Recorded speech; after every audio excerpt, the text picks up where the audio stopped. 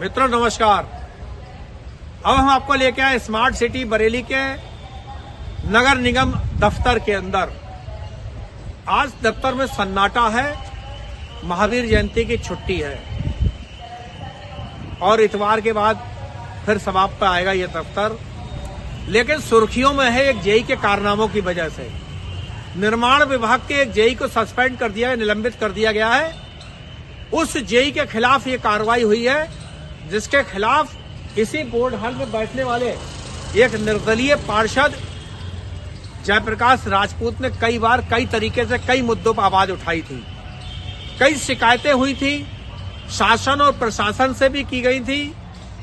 कई मामला नाले के किनारे अवैध अतिक्रमण का रसूखदारों के द्वारा आया, कई पुस्तक विक्रेता की दुकान का मामला रहा हो, कहीं राष्ट्रपति महामहिम सरकार बहादुर केसरे हिंद के नाम दर्ज जमीन पर अवैध कब्जे और उसके बाद लगाई गई रिपोर्ट का मामला रहा हो। क्षमा चाहूंगा, मौसम खराब है। इसके अलावा लोधी राजपूतों की बस्तियों बुलडोजर चलवाने में इन्हीं जेई साहब की अगुवाई रहती थी। खड़े होकर बुलडोजर चलवाते थे लोधी राजपूत बस्ती में, जहां एक सत्ताधारी पार्टी के पार्षद हुआ करते थे। बाद में चुनाव हुए तो इस क्षेत्र की पिछड़ी लोधी बाहुल्य बस्ती के लोगों ने अपना ही बीच का एक गरीब आदमी जो रिक्शा चलाकर घर घर लोगों की सेवा करता था, कोरोना काल में घर घर में जाके फॉगिंग करता था अपने पैसे से, 23 रुपए किलो आटा बेचता था, मास्क फ्री देता था और साथ में साथ अपना रोजगार भी करता था। उसने बाजार में कोरोना संक्रमण काल के दौरान, लॉकडाउन के दौरान महंगाई नहीं बढ़ने दी, कम से कम आटा की कीमत नहीं बढ़ने दी। ऐसे गरीब परिवार के बच्चे को उसने क्षेत्र की जनता ने अपना पार्षद चुन लिया, नेता बना दिया। अब वही नेता लगातार रसूखदार पूंजीपतियों के अतिक्रमण और काले कारनामों को उजागर करने के लिए संघर्ष कर रहा है। लेकिन तमाम मुद्दे विवादों के घेरे में है और उस सबके सूत्रधार, कर्णधार केंद्र में यही जेई बताए जाते हैं जिनको सस्पेंड हुए हैं। आइए उन्हीं पार्षद की जुबानी सुनते हैं, आखिर उन्होंने कौन कौन से मुद्दे कब कब उठाए थे और क्या हुआ नतीजा। जुड़े रहिए हमारे साथ, देखते रहिए गंभीर न्यूज। जयप्रकाश जी, आज कैसे टल रहे हैं नगर निगम में? क्या छुट्टी में ऐसी गश्त करते हैं, क्या मामला है? छुट्टी वाले दिन ज़्यादा खास तौर से मैं अपने वार्ड के अंदर एक अभियान चलाता हूँ, इस वार्ड पे नज़र रखता हूँ, क्योंकि अधिकतर जो भूमाफिया हैं इस वार्ड के अंदर कहीं ना कहीं वो छुट्टी का इंतजार देखते हैं कि सरकारी दफ्तर बंद होगा और हम सरकारी ज़मीनों पर कब्जा करेंगे। क्या ऐसा कभी हुआ है पहले? हाँ, 15 दिसंबर का दिन वो याद आ रहा है। दिन था रविवार 2024 में, सुबह 9:30 बजे का समय था और पुराना बस स्टैंड के पास सार्वजनिक शौचालय था, जिसको चंद दिन पहले कुछ भूमाफियाओं ने षड्यंत्र के तहत उसे तोड़ने का प्रयास किया था। और जब उस शौचालय को वो तोड़ा, मैं वहां पर पहुंचा।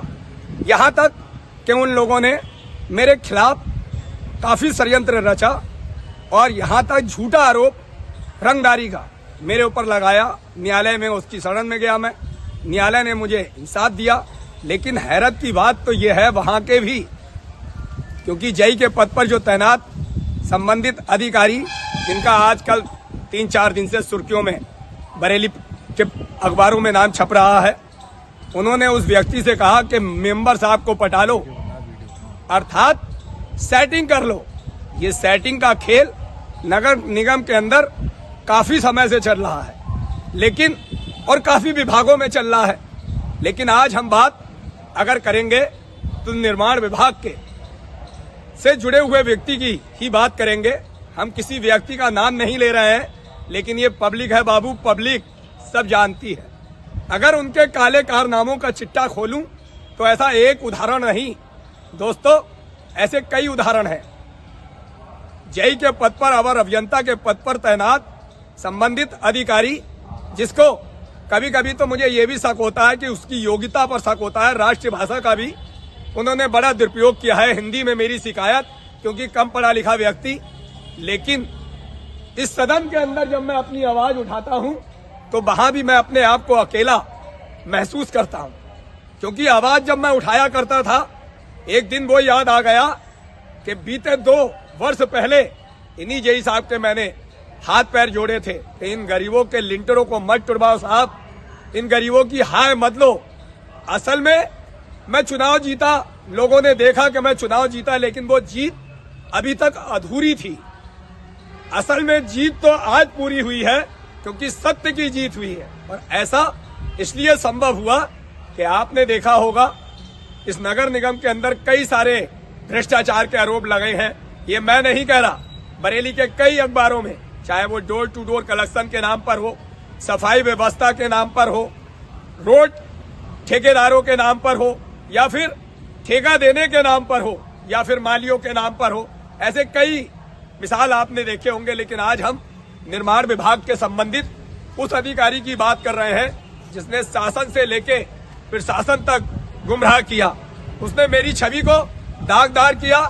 दागदार ये तो आदतने शिकायत करता है। मैं इस सदन के अंदर भी कहने के लिए 80 पार्षद साथी हैं, लेकिन मुझे अकेला महसूस हुआ, क्योंकि मेरी आवाज के साथ आवाज मिलाने वाला कोई व्यक्ति मुझे नहीं दिखा। ऐसा लगने लगा और ऐसा लोग कहने लगे कि आप कहीं भी शिकायत कर दो, कुछ होने वाला नहीं है। लेकिन ईश्वर के घर देर है और अंधेर नहीं। यशस्वी प्रधानमंत्री और इस प्रदेश के परम पूजनीय महंत स्वामी योगी आदित्यनाथ मुख्यमंत्री जी, जिन्होंने मुझे मंच पर भी बुला करके सम्मान दिया था। और दोस्तों, एक ऐसा खुलासा हुआ कि जो बरेली के पूर्व जिला अधिकारी अभिषेक जी का नाम सुना होगा, अभिषेक प्रकाश, लखनऊ के अंदर उनका भ्रष्टाचार का जो खेल खुला, उसमें कई सारे अधिकारी नप गए।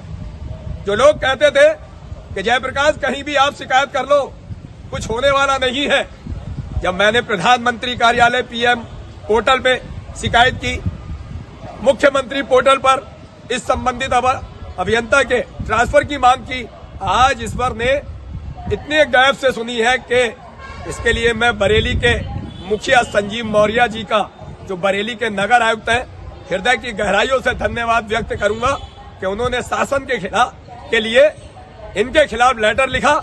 और आज के बरेली के पेपरों में ये लिखा हुआ है कि अवर अभियंता महोदय निलंबित हो गए हैं। असल में आज सत्य की जीत हुई है।